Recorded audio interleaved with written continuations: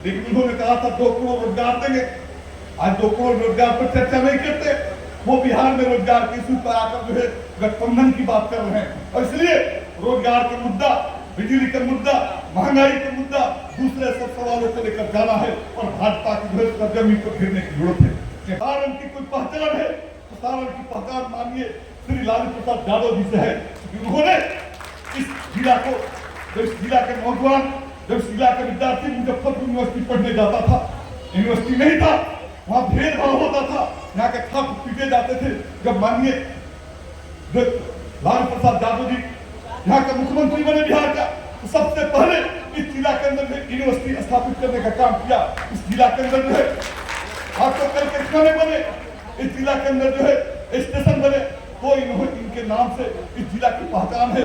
इसलिए हर मोर्चे पर हमें भारतीय जनता पार्टी को घेरने के लिए, अगर घेरना है तो उसको हर मोर्चे पर गांव के अंदर जवाब देना पड़ेगा। और इसलिए नेताओं के साथ सेल्फी खिंचाने से बेहतर है कि अगर चाहते हैं महागठबंधन को जिताना तो नेताओं के साथ सेल्फी कम, गांव के अंदर जो जंग चल रही है, गांव के अंदर जो बहस चल रही है, उस बहस के अंदर चलिए तो भारतीय जनता पार्टी की हार होगी। चुनाव साधारण चुनाव नहीं है, ये चुनाव इस देश के भविष्य को तय करने जा रहा है।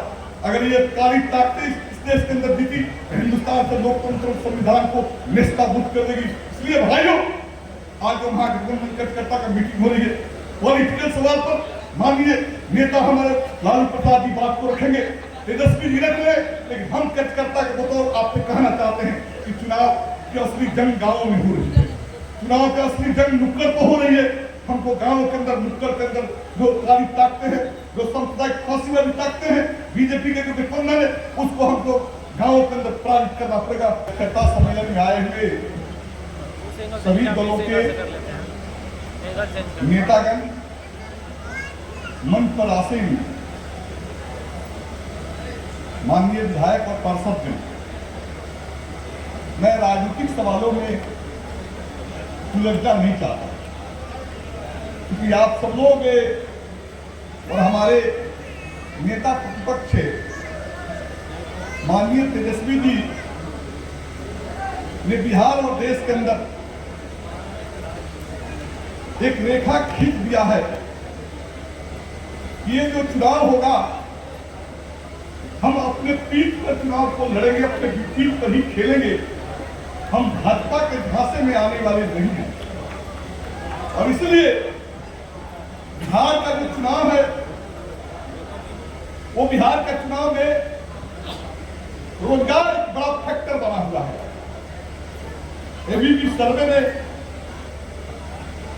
कल ही एक प्रकाशित किया था इशूज को कि बिहार का मतदाता 74% मतदाता जो है रोजगार के इशू को वोट करने जा रहा है, महंगाई के इशू को वोट करने जा रहा है, संविधान और लोकतंत्र के इशू को वोट करने जा रहा है। और इसलिए आप देखिएगा, माननीय प्रधानमंत्री नरेंद्र मोदी जी का बिहार में आने के साथ अब परिवार और भ्रष्टाचार उनका मुद्दा नहीं रहा। अब तो वो नीतीश जी के काम को कह रहे, जो 17 महीना में महागठबंधन की सरकार ने बिहार में काम किया, अब उसको क्रेडिट देने के लिए नरेंद्र मोदी को भाषण में कहना पड़ता है कि नीतीश जी ने काम किया। ये बतला रहा है कि बिहार की सर्जरी पर मोदी की जो है गाड़ी अब फंस चुकी है।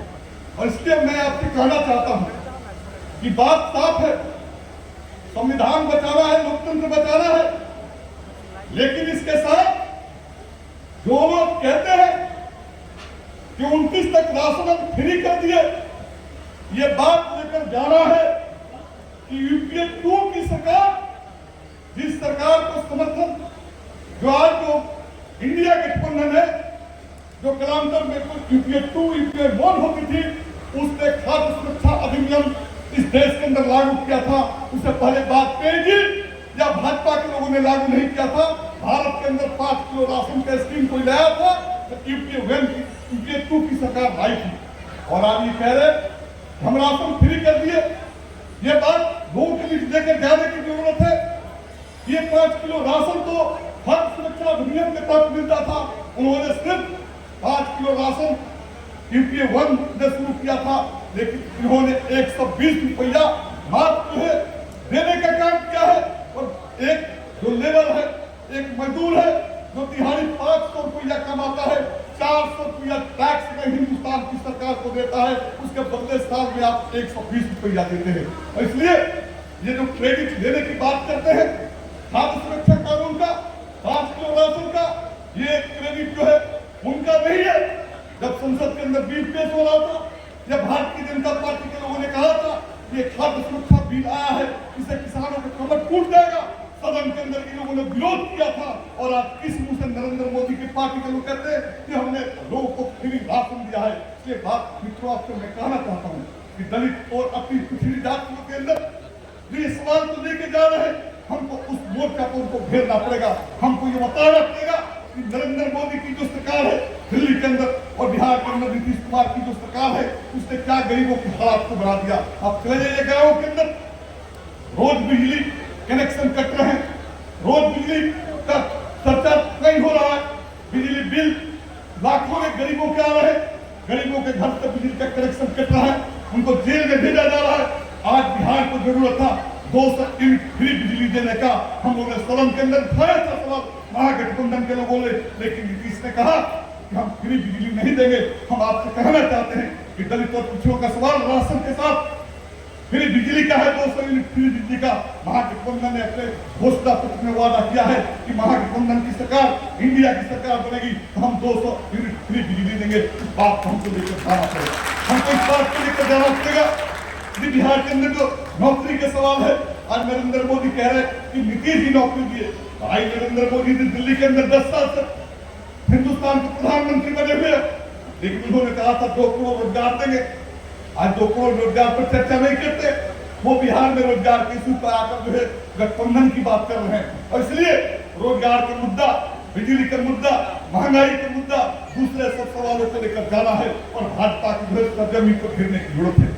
भाई को मैं कहना चाहता हूँ ये चुनाव साधारण चुनाव नहीं है, ये चुनाव इस देश के भविष्य को तय करने जा रहा है। अगर ये काली ताकतें इस देश के अंदर जीती, हिंदुस्तान से लोकतंत्र और संविधान को नेस्ताबूद कर देगी। इसलिए भाइयों, आज जो महागठबंधन कार्यकर्ता का मीटिंग हो रही है, पॉलिटिकल सवाल पर माननीय नेता हमारे लालू प्रसाद जी बात को रखेंगे, तेजस्वी जी रख रहे, लेकिन हम कार्यकर्ता के बतौर आपसे कहना चाहते हैं कि चुनाव की असली जंग गाँव में हो रही है, चुनाव की असली जंग नुक्कड़ पर हो रही है।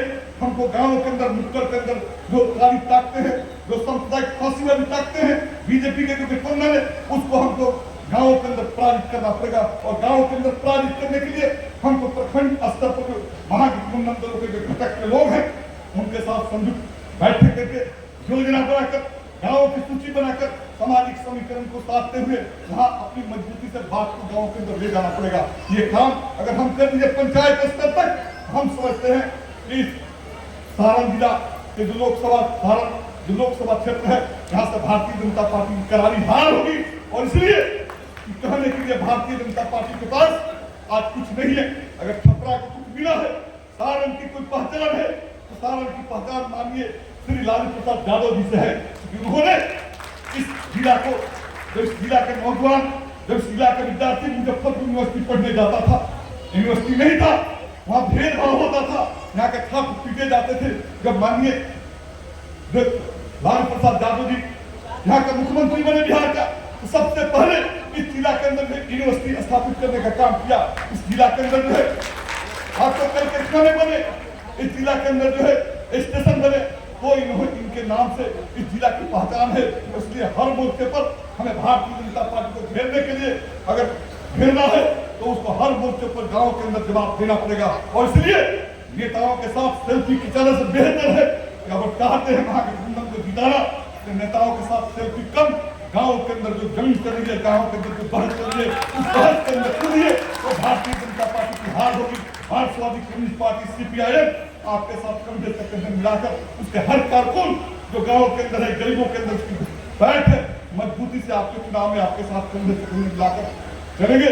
और हम सुनिश्चित करेंगे कि सारण ही नहीं, महाराजगंज से भी इंडिया गठबंधन के प्रत्याशी भारी मतों से चुनाव जीत के जाए और दिल्ली के अंदर भी इंडिया गठबंधन की सरकार बने। इसी उम्मीद के साथ, इसी आह्वान के साथ आप गांवों के अंदर मोर्चाबंदी को शुरू कर दीजिए। ये लड़ाई आर पार की है। इनकलाब जिंदाबाद, इनकलाब जिंदाबाद।